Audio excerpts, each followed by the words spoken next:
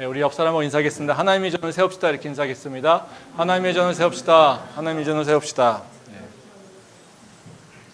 오늘은 사랑의 확신이라고 하는 제목으로 말씀을 나누려고 합니다. 지난 5주 동안에 아가서를 통해서 사랑에 대해서 생각을 해봤는데요. 오늘 이제 마지막 시간입니다. 자, 사랑이 무엇인지, 그리고 하나님과 우리가 사랑의 관계를 맺어 있는데 그것이 어떤 의미가 있는 것인지 이 부분에 대해서 생각을 해봤습니다. 그래서 먼저 저희가 첫 주에 생각했던 것은 뭐냐면요, 사랑은 뭘까라는 거였습니다. 사랑은 여러 가지로 정의할 수 있겠지만 가장 현상적으로 또 우리가 볼 수 있는 것은 뭐냐면 서로 연합하려고 하는 갈급한 마음과 행동이라고 얘기했어요. 그러니까 우리가 사랑이라고 하는 것은 그냥 나 좋아해 뭐 이런 것이 아니라 그 사랑이라고 하는 그 마음이 있을 때 우리는 어떻게 드러나냐면 연합하고자 한다는 거죠. 그와 함께 하고 싶고 그와 뭔가 동행하고 싶고 또 그러기에 그 동행하지 못하는 또는 함께하지 못하는 것에 대해서 그걸 막 갈급한 심리로 나간다는 겁니다. 왜냐하면 그와 연합하고 그와 하나 될 때 가장 큰 기쁨을 누리고 있기 때문에 그렇다는 것입니다. 그래서 같이 연합하고자 하는 마음이 없을 때 입으로 사랑한다라고 하면 그거는 의심해 볼 필요가 있다는 거죠. 근데 우리가 하나님을 사랑한다라고 고백한다라고 하면 뭐가 있어야 되겠습니까? 하나님과 연합하려고 하는 열심이 있어야 된다는 거죠. 또 하나님께서 우리에게 명령하신 것처럼 하나님을 사랑하고 내 이웃을 사랑하라고 말씀하시지 않습니까? 그때 우리가 그 말씀을 실천한다라고 하면 어떤 거냐면 바로 하나님과 연합하기 위해서 뭔가 우리가 하나님께 자꾸 나오는 거라는 겁니다. 근데 입으로는 하나님을 사랑한다고 하지만 하나님께 자꾸 멀리 떨어져 있고 또 하나님과 연합하는 거에 관심이 없다면 우리는 그것을 입으로 얘기하고 있지만 그것이 진짜 사랑인지 우리는 다시 한번 생각해 볼 필요가 있다는 것입니다. 두 번째로 살펴본 것이 이제 하나님의 사랑과 인간의 사랑에 대해서 생각을 해봤습니다. 하나님의 사랑은 어떤 사랑이냐면요, 우리의 모든 것을 아시고 우리의 모든 것을 이해하시고 또 우리를 품으시고 이해하시는 분이라는 겁니다. 그래서 우리가 하나님한테 숨기려고 해도 하나님은 우리의 모든 상황을 아시기에 우리의 연약한 것, 또 우리의 강한 것, 우리가 갖고 있는 마음들을 다 품어주시고 우리를 사랑해 주신다는 겁니다. 그러게 우리는 얘기하지 않아도 하나님은 우리를 사랑하시기에 우리의 필요한 것을 채워주시고 또 우리를 인도하신다는 거죠. 근데 인간의 사랑은 이와는 다릅니다. 인간들은 바로 우리를 이해하고 우리를 품고 있고 우리를 채워주려고 하는 것이 아니라 인간의 사랑이라고 하는 것은 상대방이 내가 갖고 있지 못한 것 또는 내가 갖고 싶어 하는 것을 가졌을 때 사랑한다는 겁니다. 그러니까 조건적 사랑인 거죠. 상대가 내가 원하는 걸 갖고 있어요. 내가 좋아하는 걸 갖고 있어요. 나에게 도움될 것을 갖고 있어요. 그래서 그것을 가진 자를 우리는 사랑하게 된다는 거죠. 그래서 이 인간의 사랑이라고 하는 것은 뭔가 조건이 채워지고 그 조건이 만족되어질 때 누군가를 사랑한다라고 고백하거나 하게 되는 것이 대신 반면에 하나님은 우리가 채워졌기 때문에 우리가 가졌기 때문에 우리를 사랑하는 것이 아니라 우리가 부족하기 때문에 우리가 연약하기 때문에 우리가 가진 것이 없기 때문에 우리를 사랑하신다는 거죠. 그래서 인간의 사랑은 조건적 그리고 조건이 채워질 때 이루어지는 사랑이지만 하나님의 사랑은 조건이 아니라 오히려 우리가 연약할 때 우리의 모든 것을 아시고 품으시는 것이 바로 하나님의 사랑이라고 하는 것을 우리가 얘기했습니다. 그리고 지난주와 지지난주에서 얘기했던 건 뭐냐면요, 사랑이라고 하는 것은 근데 이루어지는 게 쉽지 않다라는 거죠. 항상 사랑의 특성이 엇갈림이 있다는 겁니다. 이 눈물의 씨앗이라고 얘기하지 않습니까? 왜냐하면 사랑하면 바로바로 그것이 이루어져야 되는데 연합돼야 되는데 그렇지 않다라는 거죠. 우리 살면서 사랑이라는 것은 우리 마음과 행동으로 다 표현이 되는 건데 그 마음과 행동이 동시에 그것이 이루어지지 않을 때 그 사랑은 항상 엇갈림이 있다는 겁니다. 또 외부적 환경적 장애도 있고요. 또 내적 장애물도 있고요. 여러 가지 이유 때문에 우리는 그 사랑의 마음이 품어질 때 우리는 그것을 연합을 이루지 못할 때가 있다는 거죠. 근데 그것은 다른 것이 아니라 바로 그 사랑의 엇갈림이라는 겁니다. 그래서 그 엇갈림이 사랑에 있어서는 반드시 있게 되는 거고요. 그 엇갈림을 극복할 때 사랑이 성취가 된다는 거죠. 근데 그 사랑이 엇갈리는데도 불구하고 사랑이 성취돼서 기쁨으로 바뀌는 것은 그 엇갈림 극복할 수 있는 능력이 사랑이 있기 때문에 그렇다는 겁니다. 그러니까 사랑 안에는 엇갈림이라고 하는 특성도 있지만 또 사랑할 때는 그 엇갈림 극복하고 하려고 하는 그 능력도 같이 존재한다라는 것이죠. 그러기에 사랑은 어찌 보면 두 가지 모습인지도 몰라요. 하나는 누군가의 장애가 있는 상태고 또 다른 하나는 그 사랑을 그 장애를 극복하려고 하는 힘이 있는 그런 상태라는 거죠. 그래서 사랑의 능력이 엇갈림 극복하는 것은 어떻게 이루어지는 거냐면 우리의 삶의 방향성을 자꾸 사랑하는 쪽으로 옮겨간다는 겁니다. 그러니까 우리 사랑을 하게 되면 우리도 모르게 그쪽 방향으로, 사랑을 하게 된다면 나도 모르게 그 일을 하고 있다는 것.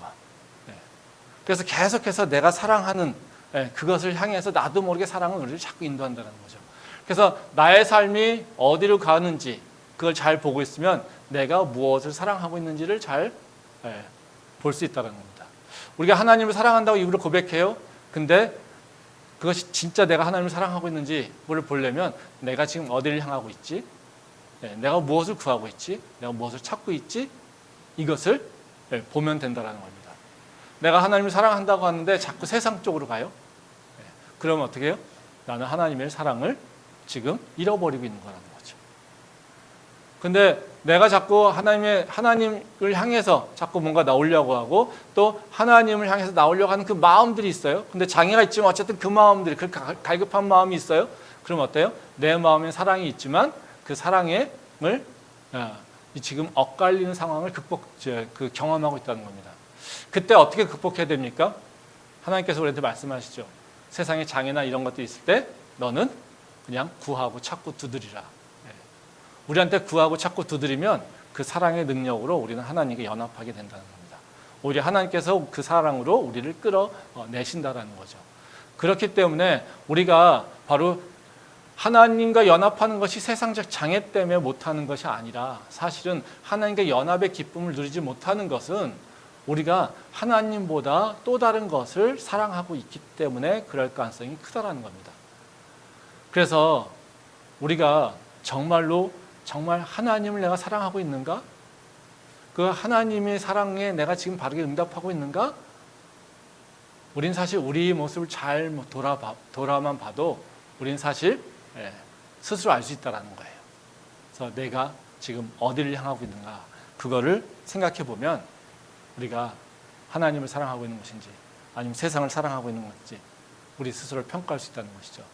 만약에 우리가 하나님의 사랑이 아니라 다른 것을 향해 가고 있다면 우리가 다시 한번 하나님을 기억하고 하나님께로 머리를 돌리는 것이 진짜로 구원받은 자의 믿음의 고백이 돼야 되지 않을까 이런 생각을 합니다. 오늘은 마지막으로 이제 사랑의 확신이라고 하는 것을 생각해 보려고 합니다. 우리가 하나님을 사랑하면요, 우리는 변하게 됩니다. 사랑이라고 하는 것이 그냥 사람을 그냥 그대로 놔두는 것이 아니라 변하게 된다는 거죠. 옛말에 그런 말이 있죠. 사랑을 하면 예뻐져요. 그렇죠? 젊은 사람들도 들어봤는지 모르겠습니다. 사랑을 하면 예뻐진답니다. 이 말은 단적으로 무슨 얘기일까요? 사랑이 그 사람을 변화시키고 있다는 거예요. 어떤 모양이든지 간에 그 사람의 모습이나 그 사람의 행동이나 이런 것들을 변화시키고 있다는 거죠. 이 사랑이 어떻게 이 사람을 예뻐지게 할까? 하나님의 사랑이 우리를 어떻게 예쁘게 할까? 이게 우리가 궁금한 거죠. 그래서 오늘 저희가 나누려고 하는 것은 뭐냐면요, 바로 사랑에 대한 확신 또는 사랑에 대한 기쁨을 누리고 있을 때, 그 확신이 있을 때 우리가 어떻게 변화되는가, 이 부분에 대해서 같이 생각해보고 또 우리가 그런 변화에 그런 새로운 기쁨을 누렸으면 좋겠습니다. 먼저 이제 사랑이라고 하는 것은 아까 말씀드린 대로 우리가 사랑에 대한 확신이 마음속에 가득할 때 우리는 그냥 그 모습이 아니라 옛 모습으로 있는 것이 아니라 변화된다는 겁니다. 즉 하나님의 사랑을 내가 경험하면요, 나는 세상 사람과 다른 모습으로 그리고 이전과 다른 모습으로 변화된다라고 하는 것입니다. 그 변화가 하나님의 사랑을 경험하는 것의 열매라고 생각하시면 됩니다. 말씀 한번 보겠습니다. 아가서 7장 10절부터 12절 말씀입니다. 나는 내 사랑하는 자에게 속하였도다. 그가 나를 사모하는구나. 내 사랑하는 자야, 우리가 함께 들로 가서 동네에서 유숙하자. 우리가 일찍이 일어나서 포도원으로 가서 포도음이 돋았는지 꽃술이 펴졌는지 석류꽃이 피었는지 보자. 거기에서 내가 내 사랑을 내게 주리라. 이 말씀은 여인의 이야기예요. 여인이 궁을 떠나서 이제 사랑하는 사람을 막 찾아 나서지 않습니까?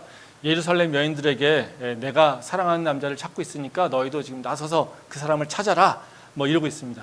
결국 이 여인은 사랑을 찾습니다. 그 목동이 있는 곳으로 가서 두 사람은 바로 만나서 그 사랑이 이루어집니다. 근데 이 상황에서 이 여인이 하는 얘기는 뭐냐면요, 지금 바로 이 10절 말씀입니다. 나는 내 사랑하는 자에게 속하였도다.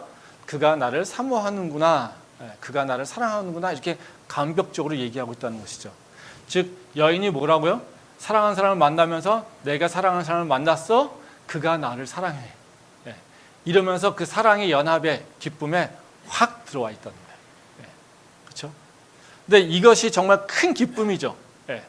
근데 이 기쁨은 그냥 이 여인이 즐거워, 기뻐, 환호하는 것, 이 차원으로 있지 않습니다. 근데 이 차원이 아니라 이 여인의 전체 그냥 기쁨을 넣어서 이 여인의 모습을 완전히 변화시키게 됩니다. 말씀 한번 더 보겠는데요. 아가서 8장 5절 말씀입니다. 그의 사랑하는 자를 의지하고 거친 들에서 올라오는 여자가 누구인가? 너로 말미암아 내 어머니가 고생한 곳, 너를 낳은 자가 애쓴 그곳, 사과나무 아래에서 내가 너를 깨웠노라. 이 아가서 8장 5절의 그 전반부가 그 여인의 모습을 표현하고 있습니다. 사랑하는 자를 의지하고 거친 들에서 올라오는 여자가 누구인가? 이렇게 묘사하고 있어요. 이 장면 한번 머릿속에서 한번 상상해 보십시오. 어떤 그림이 그려지나요? 이 여인의 모습이 그냥 뭐 저는 상상력이 많지 않으니까 뭐 그림으로 표현한다면 뭐 잘 멋지게 그리지 못하지만요. 그냥 이 말 자체만 가지고 표현하면 아마 그 푸른 들 그리고 앞에 언덕이 있어요. 근데 언덕을 쫙 바라보고 있는데 그 어떤 여인이 탁탁 걸어오면서 그 언덕 위에 쫙 여인의 모습들이 나오는 거예요. 근데 그 여인의 모습이 어떠냐면요. 정말로 당당하고 멋진 거예요. 그러니까 남자로 얘기한다면 이렇게 굉장히 그 호연지기를 느낄 수 있는 이런 자신감이 넘치는 그런 모습의 여인을 보여주고 있다는 거죠. 근데 이 여인이 이런 모습을 하는 이유가 뭡니까? 여기서 뭐라고 하고 있어요? 그 사랑하는 자를 의지하고 거친 들에서 올라오는 저 여자가 누구인가? 이게 누군지 몰라. 옛날 사람과 달라 이런 얘기죠.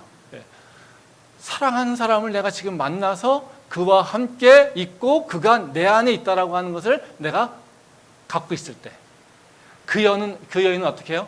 확신에 찬 모습이고요. 당당한 모습이었다는 것이죠. 이 여인, 여러분들 이 아가서 1장이나 2장에 나왔던 여인의 모습은 어떻습니까? 당당한가요?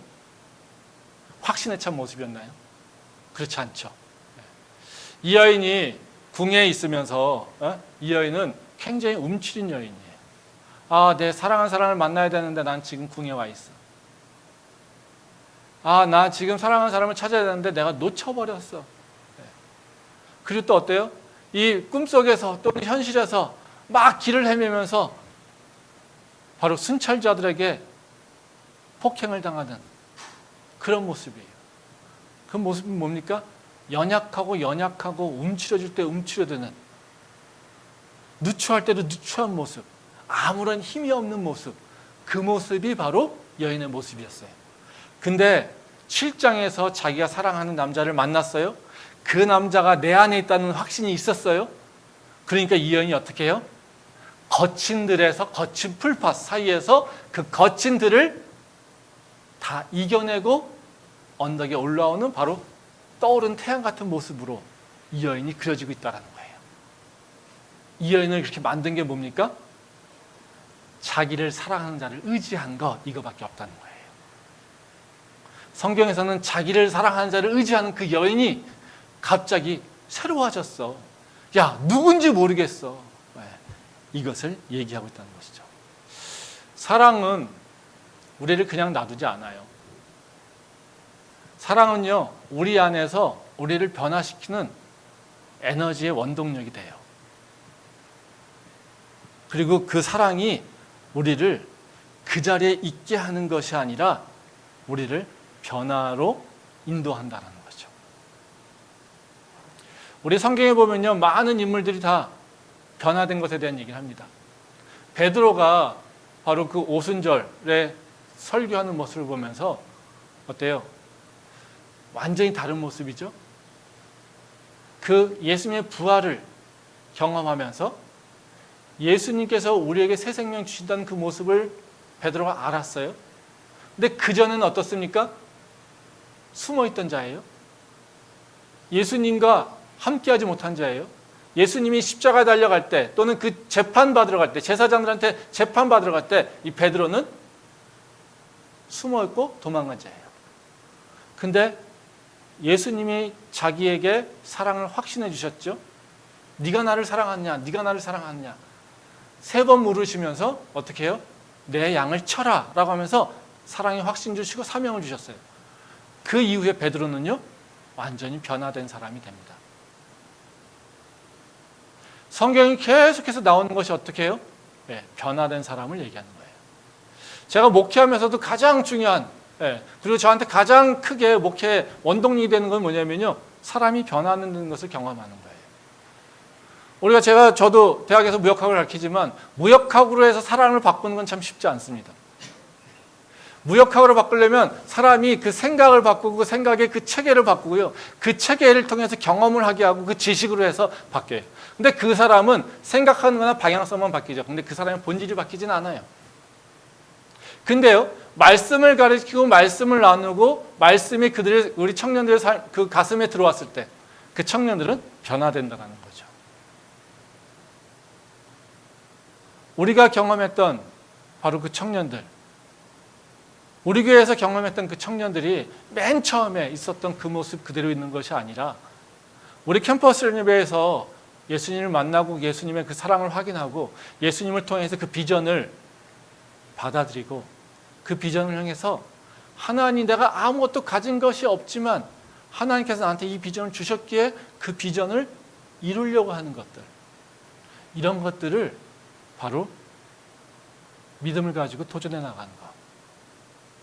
얼마 전에 저희 기도인 교수 회장님인 교수님께서 저한테 캠열 이렇게 상황 물어보면서 아직도 예배 잘 드리고 있어요? 그러면서 이런저런 물어보시더라고요. 그러면서 거기 그 캠열 청년들 중에 유학 가가지고 공부 마친 사람 있나? 그런 얘기를 물어보시더라고요.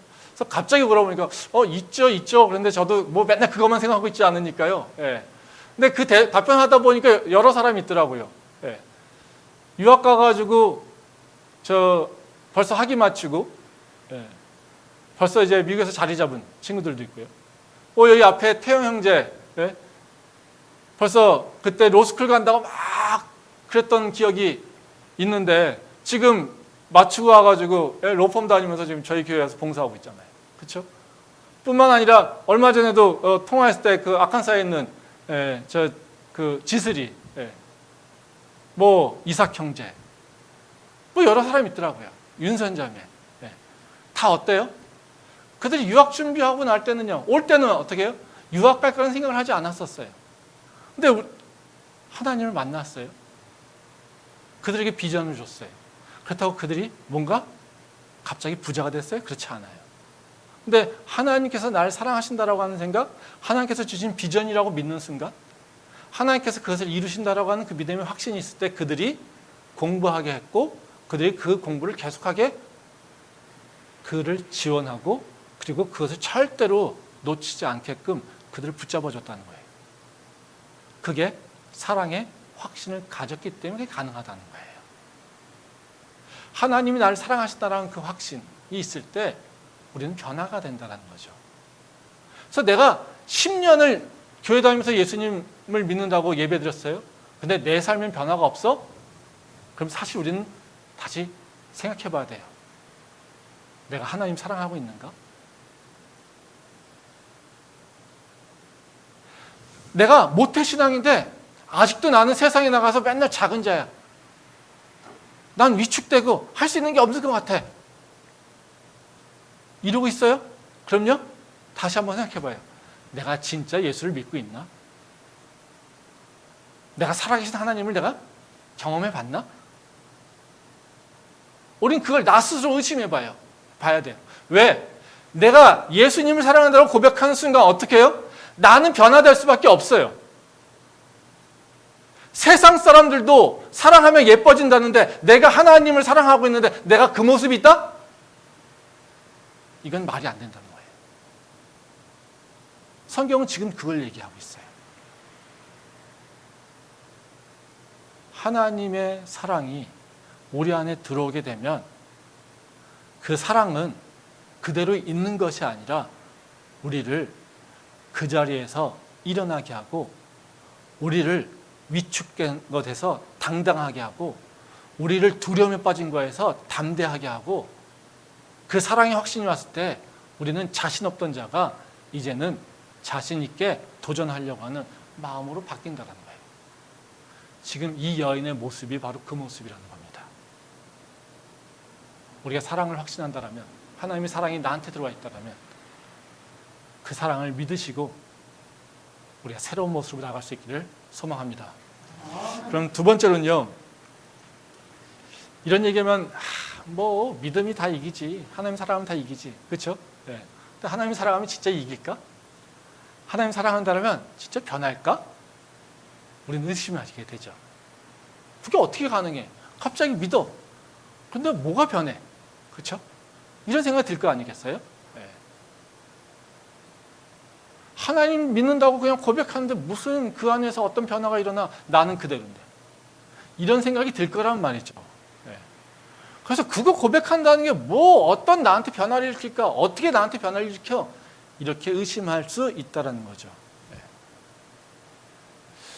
나 자신을 보면 절대 바뀌지 않습니다. 근데요, 나를 바꾸는 건요, 내가 아니라 하나님의 사랑이 나를 바꾸기 때문에 가능한 거예요. 왜? 하나님의 그 사랑은 능력이 있기 때문에 그렇습니다. 말씀 한번 보겠습니다. 아가서 8장 6절부터 7절 말씀입니다.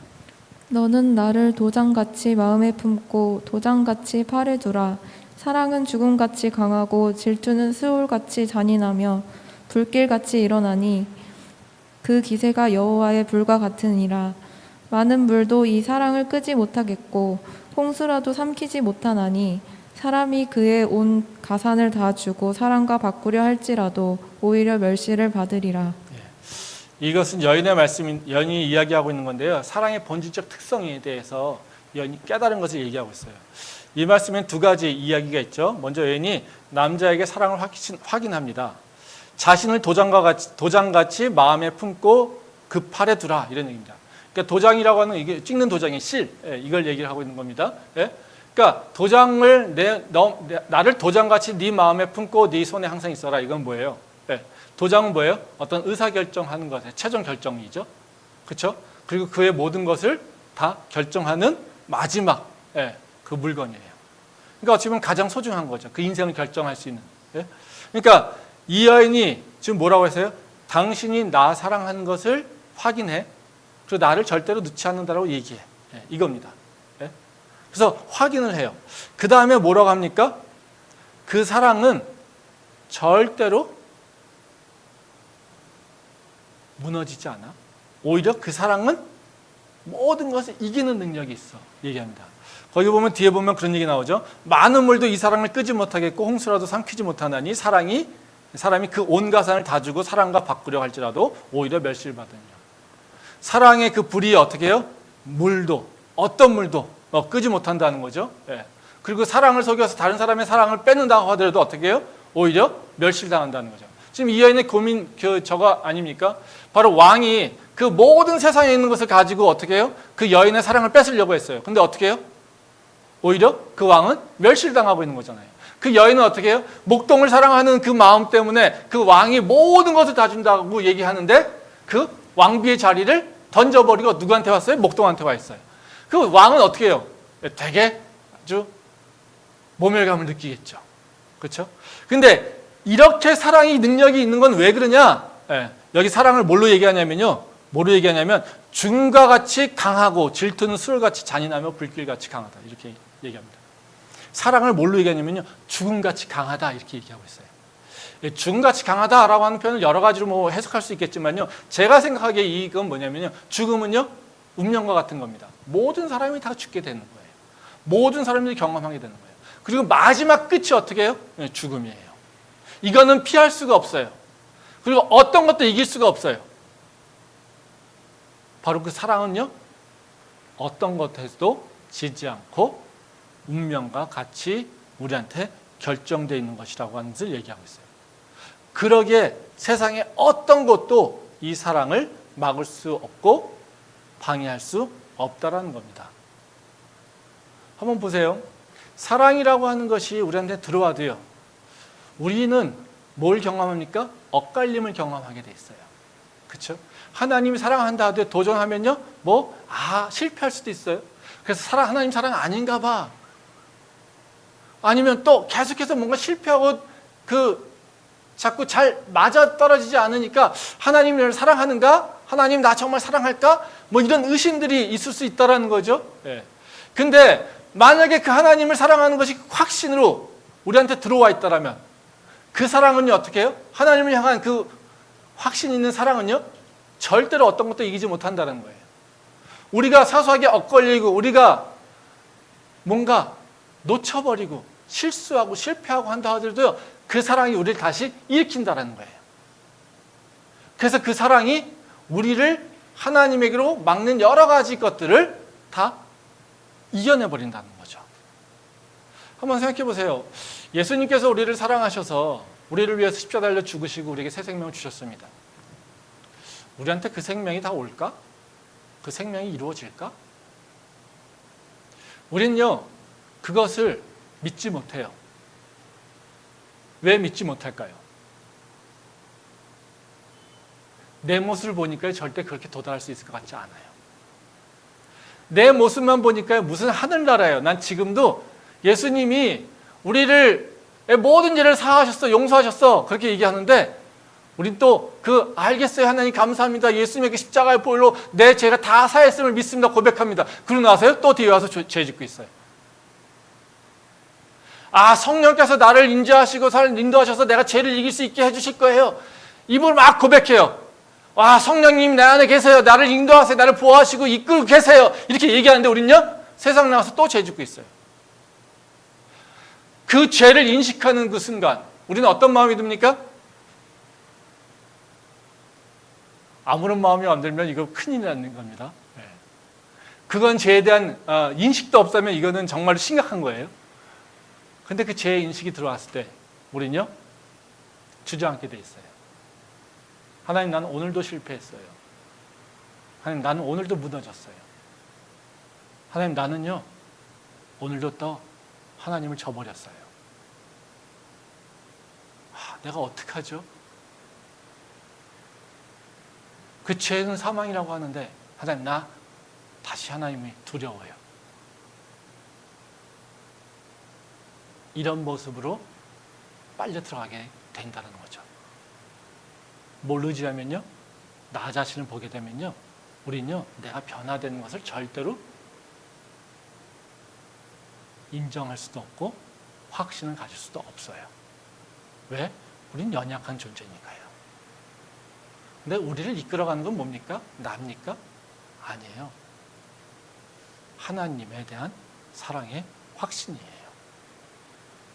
그것이 우리를 이끌어가요. 그래서 우리에게 어떤 장애물이 온다 하더라도 우리를 자꾸 하나님 사랑과 연합하지 못하게 엇갈리게 만드는 일들이 있다 하더라도 말씀하신 대로 그 세상의 밖의 장애물, 세상의 어둠 내용들이 나를 물려오는 것, 또 내 안에 있는 장애물이 있죠. 엇갈리면은 내가 하나님을 사랑하는지 안 하는지 확신도 없어요.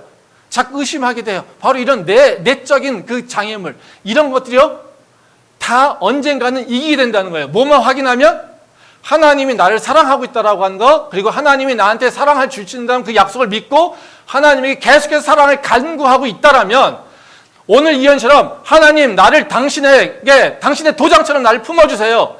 나를 당신의 그 팔에 항상 붙잡아 주세요. 당신께서 나를 품고 있어야 됩니다 라고 계속해서 하나님한테 그 사랑을, 확신을 요구하면서 나갈 때 우리가 지금 무너지고 있지만, 지금은 쓰러지지만, 지금은 실패하지만, 지금은 자꾸 넘어지지만 우리는 내 능력으로 안 되지만 하나님이 나를 사랑하신다는 그 믿음, 그 확신, 그걸로 우리는 이긴다라는 거예요. 그래서 그 모든 장애물을 다 이기고 승리하게 된다는 거죠. 말씀 한번 보도록 하겠습니다. 로마서 8장 31절부터 39절 말씀입니다. 좀 기니까요. 긴데요. 그래도 다 읽어보도록 하겠습니다. 그런즉 이 일에 대하여 우리가 무슨 말 하리요? 만일 하나님이 우리를 위하시면 누가 우리를 대적하리요? 자기 아들을 아끼지 아니하시고 우리 모든 사람을 위하여 내주신 이가 어찌 그 아들과 함께 모든 것을 우리에게 주시지 아니하겠느냐? 누가 능히 하나님께서 택하신 자들을 고발하리요? 의롭다 하신 이는 하나님이시니 누가 정죄하리요? 죽으실 뿐 아니라 다시 살아나신 이는 그리스도 예수시니 그는 하나님 우편에 계신 자요 우리를 위하여 간구하시는 자시니라. 누가 우리를 그리스도의 사랑에서 끊으리요? 환난과 공고나 박해나 기근이나 적신이나 위험이나 칼이랴. 기록된 바 우리가 종일 주를 위하여 죽임을 당하게 되며 도살당할 양같이 여김을 받았나이다 함과 같으니라. 그러나 이 모든 일에 우리를 사랑하시는 이로 말미암아 우리가 넉넉히 이기느니라. 내가 확신하노니 사망이나 생명이나 천사들이나 권세자들이나 현재 일이나 장래 일이나 능력이나 높음이나 깊음이나 다른 어떤 피조물이라도 우리를 우리 주 그리스도 예수 안에 있는 하나님의 사랑에서 끊을 수 없으리라. 아멘. 이 말씀은 이제 사도 바울이 하나님의 사랑에 대한 고백을 하고 있는 거예요. 이 31절 말씀에 보면 그런 얘기합니다. 하나님이 우리를 사랑하신다면 그 어떤 것도 그 사랑을 대적할 수 없다라고 얘기합니다. 하나님이 독생자 예수를 아끼지 않고 우리에게 보내주시고 그를 희생시킴으로 우리를 향한 그 사랑을 확인해 주셨어요. 하나님이 우리를 향한 그 사랑은 절대 변하지 않고 그리고 절대로 실패하는 일이 없어요. 그 사랑을 내가 온전히 믿고 있을 때 그 사랑은 절대로 우리를 무너지지 않게 한다는 거예요. 내가 나를 지키지 못한다 하더라도 하나님이 나를 향한 그 사랑은 나를 지킨다는 거예요. 나는 내가 오늘 실패한다 하더라도 하나님이 나를 향한 그 사랑이 있기에 그 사랑이 나를 다시 일으켜 세운다는 거예요. 우리는 우리를 보고 나는 변할 수 없어 얘기하고 있지만 하나님의 사랑을 경험하고 하나님의 사랑을 지금 알고 있는 사람들은 고백을 합니다. 내가 이길 수 있다라고. 그 어떤 것도 나를 다시 하나님으로부터 떼어낼 수 없다라고. 그 이유는 내 능력이 있어서가 아니라 내 안에 하나님의 사랑이 있기 때문에 그렇다라는 거예요. 나는 내가 바꾸는 게 아닙니다. 하나님의 사랑이 나를 바꾸는 겁니다. 한번 생각해 보세요. 내 안에 진짜 하나님을 향한 그 사랑의 확신이 있는가? 하나님 나를 사랑한다라고 하는 그 확신이 있는가? 그걸 한번 생각해 보세요. 그리고 또 한번 생각해 보세요. 나는 왜 자꾸 무너지지? 나는 왜 자꾸 실패하지? 나는 왜 자꾸 좌절하고 있지? 이 두 개가 어떤 관계인지 한번 스스로 우리 삶을 돌아보면 좋겠습니다.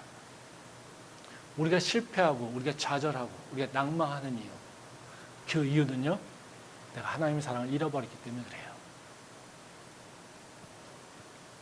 하나님 날 사랑한다는 그 믿음도 없고요, 내가 하나님을 사랑하는 그 마음도 없기 때문에 우리는 그런 경우가 많다는 거죠. 그래서 우리가 하나님의 사랑을 잃어버렸을 때 우리는 어떻게 되냐면요, 우리가 자꾸 소심해지고 약해 돼요. 그 두려움에 빠지게 돼요. 생각해 보세요. 내가 하나님이 나를 사랑하고 나와 함께하고 있지 않다라고 하는 것을 한다라고 하는 그 믿음이 없을 때 우리는 어떻게 뭔가 하면요, 그 엄청난 그 세상이 보이지 않겠습니까? 근데요, 만약에요, 예수님이 나를 사랑하시고 예수님이 지금 오늘 말씀처럼 하나님 우편에 앉아서 나를 위해서 중보기도 하고 계시고 나를 지금 이기게 하시려고 나를 위해서 하나님의 지금 계속해서 말씀하고 있고 기도하고 있다는 사실을 내가 기억해 보세요. 그럼 우리가 세상에 나갈 때 어떤 걸로 나가겠습니까? 내가 뭔가 잘할 수 있는 능력, 내 능력을 의지하고 나가겠습니까? 아니면 예수님이 나를 위해서 지금 중보하고 있다는 그 사실을 기억할 때 내가 그것을 의지하고 나가겠습니까? 어떤 걸 의지하고 나가겠습니까? 예수님이 나를 위해서 중보기도하고 한다 할 때 우리는요, 내 능력이 아니라 이제 하나님의 능력을 보게 된다는 거죠. 그래서 그 확신이 나를 이기게 하신다는 거예요. 문제는 뭐겠어요? 내가 지는 이유는요, 내가 실패하고 낭망하고 두려워하는 이유는요, 바로 그 하나님의 사랑에 대한 확신을 갖고 있지 않기 때문에 그렇다는 거예요. 말씀 한번 보겠는데요. 시편 113편 3절부터 6절 말씀입니다. 여호와 내 하나님이여 나를 생각하사 응답하시고 나의 눈을 밝히소서. 두렵건대 내가 사망의 잠을 잘까 하오며 두렵건대 나의 원수가 이르기를 내가 그를 이겼다 할까 하오며 내가 흔들릴 때에 나의 대적들이 기뻐할까 하나이다. 나는 오직 주의 사랑을 의지하였사오니 나의 마음은 주의 구원을 기뻐하리이다. 내가 여호와를 찬송하리니 이는 주께서 내게 은덕을 베푸심이로다. 이 말씀은 다윗의 시입니다. 이 시에서 다윗이 그 강구하는 건 뭐냐면요, 거기 3절에 보면 그런 얘기합니다. 내 하나님이여 나를 생각하사 응답하시고 나의 눈을 밝히소서, 이 얘기합니다. 나의 눈을 밝혀달라고 해요. 뭘 원하는 걸까요? 밝혀달라고 해서. 그 다음에 하는 얘기가 뭐냐면요, 두렵건대 내가 사망의 잠을 잘까 하오며 두렵건대 나의 원수가 이르기를 내가 그를 이겼다 할까 하며 내가 흔들릴 때 나의 대적들이 기뻐할까 하나이다. 지금 다윗이 보고 있는 건 뭐예요? 그 마음이 두려워요. 두려운 상황에서 지금 기도하고 있는 거예요. 내가 죽을까 봐, 나의 원수가 나를 이길까 봐, 그거에 두려움이 흡사해 있다는 거예요. 그러면서 이 상황에서 지금 다윗은 뭐예요? 하나님, 나의 눈을 깨우쳐 주세요. 나를 볼 수 있게 해주세요. 뭘 보게 해야 될까요? 두렵게 한 모습을 보게 할까요? 그게 아니에요. 5절 말씀에 보면 그런 고백이 나옵니다. 나는 오직 주의 사랑을 의지하였사오니 나의 마음은 주의 구원을 기뻐하리다. 내가 여호와를 찬송하리니 이는 주께서 내게 은덕을 베푸심이다. 앞에서 두려워요, 두려워요, 두려워요 했는데요, 뒤에서 뭐라고요? 5절부터 나는 주의 사랑을 의지하였습니다. 그래서 어떻게 해요? 기뻐합니다. 이게 바뀐다는 거죠. 지금 다윗이 얘기하는 건 뭐예요? 내 앞을 보니까요, 저 온 원수들이 저를 둘러싸고 있는 걸 보여요. 근데 그 원수들이요, 나보다 훨씬 힘이 세요. 그래서 내 모습을 보니까 내가 두려워요. 저들한테 질까봐 두려워요. 저들에게 잡혀 죽을까봐 두려워요. 이 두려움이 나를 지금 아무것도 못하게 만들고 있어요. 그러니 하나님, 이제 내 눈을 뜨게 해주세요. 내가 저 대적자를 보는 것이 아니라 이제 하나님의 사랑을 보게 해주세요. 하나님을 볼 수 있게 해주세요. 이제 내가 하나님을 바라보고 이제 하나님만 의지하고 갑니다. 그러게 내가 이제는 저들을 이길 것을 확신합니다. 그리고 하나님을 찬양합니다. 하나님 안에서 기뻐합니다. 이렇게 된다는 거예요. 내 마음속에 하나님을 보지 못하고 하나님이 사랑한다는 걸 내가 확신이 없을 때 내가 자꾸 세상만 바라보고 내 앞에 있는 문제만 바라보고 내 앞에 있는 대적자들만 바라보고 그 사랑을 잃어버렸을 때 우리는요, 계속해서 두려워할 수밖에 없어요. 하지만 나의 눈이 밝아져서 하나님이 나와 함께하고 있다는 것, 하나님이 나를 사랑한다고 있다는 사실을, 하나님이 나를 지키고 있다는 사실을, 예수님께서 하나님 우편에서 나를 위해서 지금 중보하고 있다는 그 사실을 내가 기억하고 그 하나님의 그 사랑을 내가 바라보고 있을 때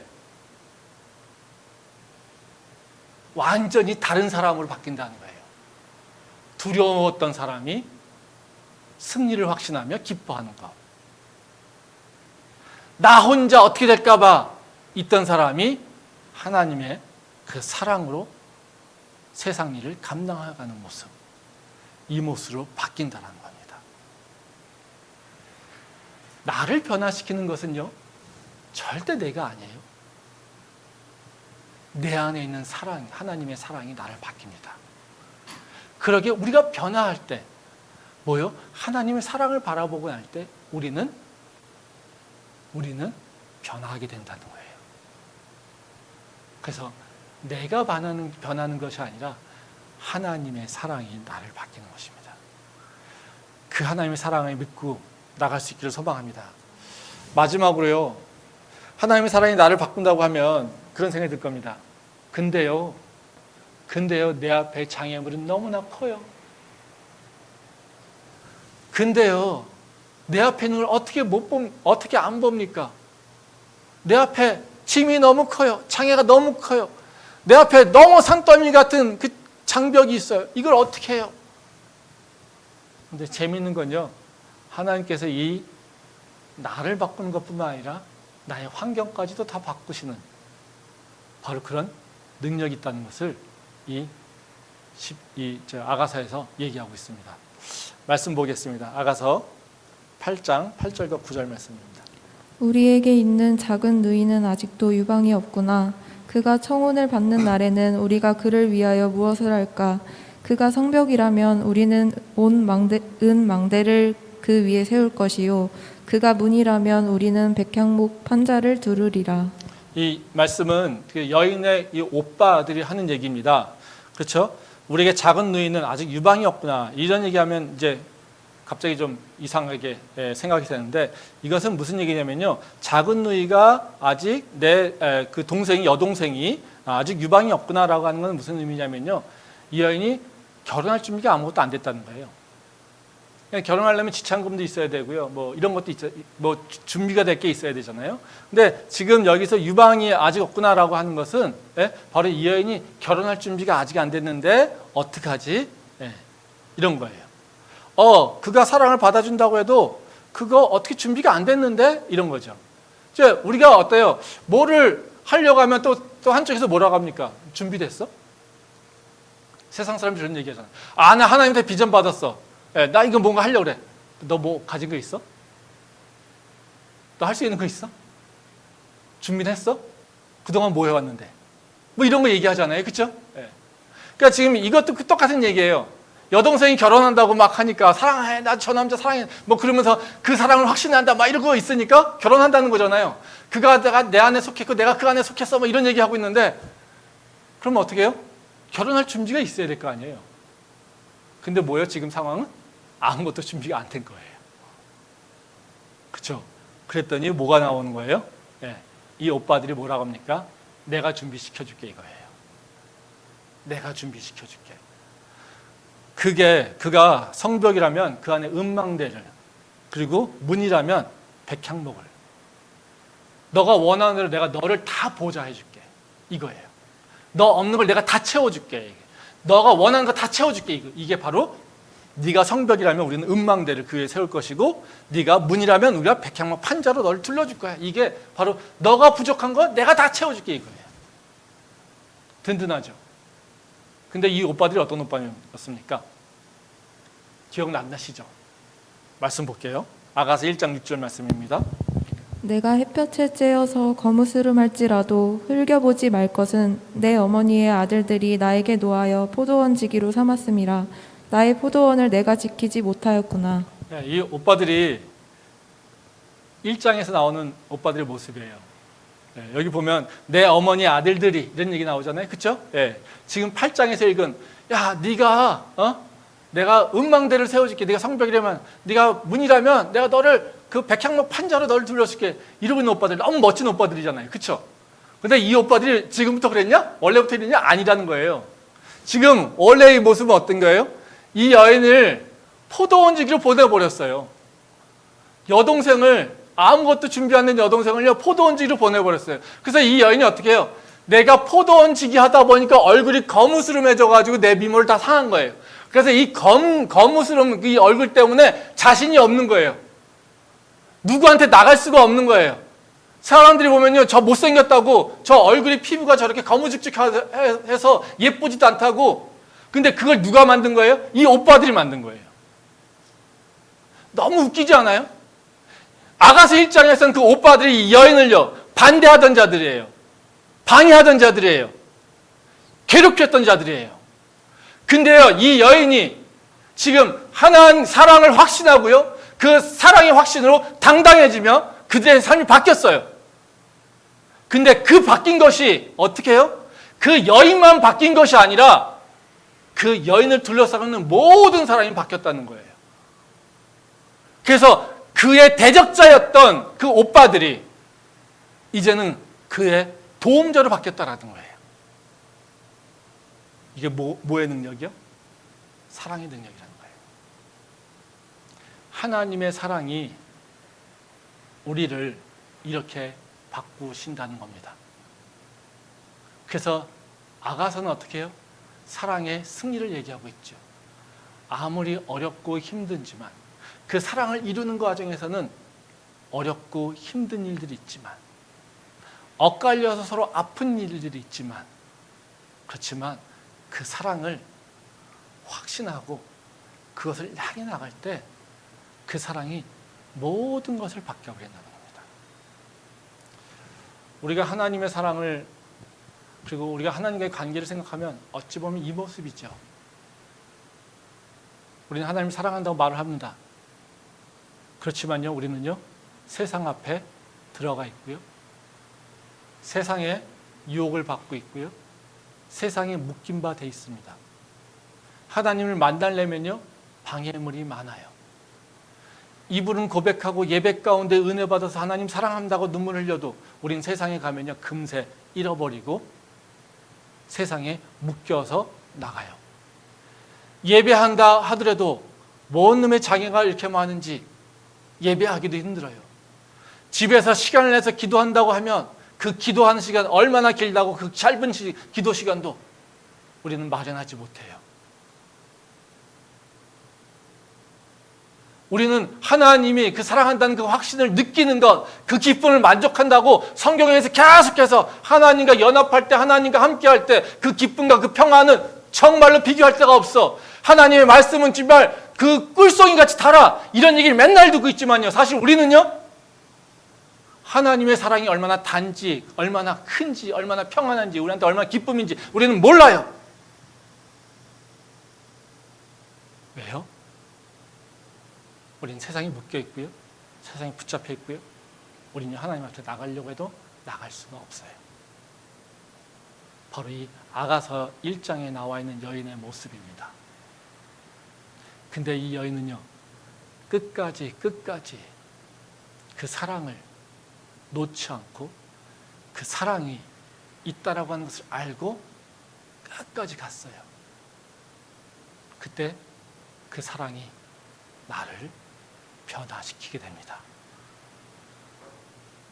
이 여인이 이 8장에서 얘기하고 있는 바로 그 기쁨, 이 여인이 지금 변화된 그 당당한 모습, 그 확신에 찬 모습, 이것은 다 사랑의 확신을 갖고 있기 때문에 그렇다는 거죠. 우리가 힘든 건 있습니다. 그걸 이길 수 있는 방법은요, 다시 하나님이 나를 사랑한다라고 하는 그 확신을 믿는 거예요. 그리고 그 확신을 가지고 나가는 겁니다. 그때 내 환경이, 나의 모든 것이 변화되는 것을 우리는 경험할 수 있습니다.